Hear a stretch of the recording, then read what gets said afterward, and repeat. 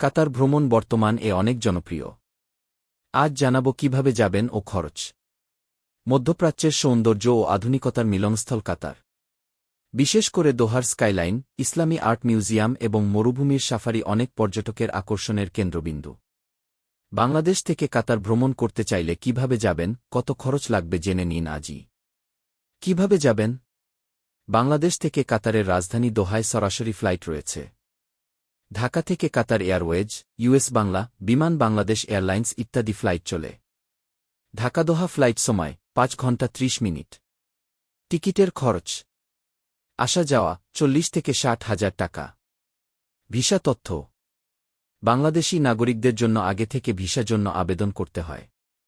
অল্প কিছু কাগজপত্র জমা দিলে ভিসা পেয়ে যাবেন। ভিসা নিয়ে তেমন একটা ঝামেলা হওয়ার কথা না। মেয়াদ 30 দিন। শর্ত রিটার্ন টিকিট, হোটেল বুকিং 27 থেকে 1000 মার্কিন ডলার বা সমপরিমাণ টাকা। প্রতিদিনের আনুমানিক খরচ হোটেল 6000 থেকে 10,000 টাকা। খাবার 1.5 থেকে 2,000 টাকা।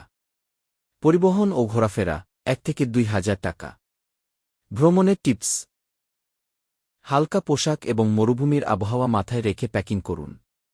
স্থানীয় নিয়মকানুন ও সংস্কার মেনে চলুন। ট্রাভেল ইন্স্যুরেন্স নিতে ভুলবেন না।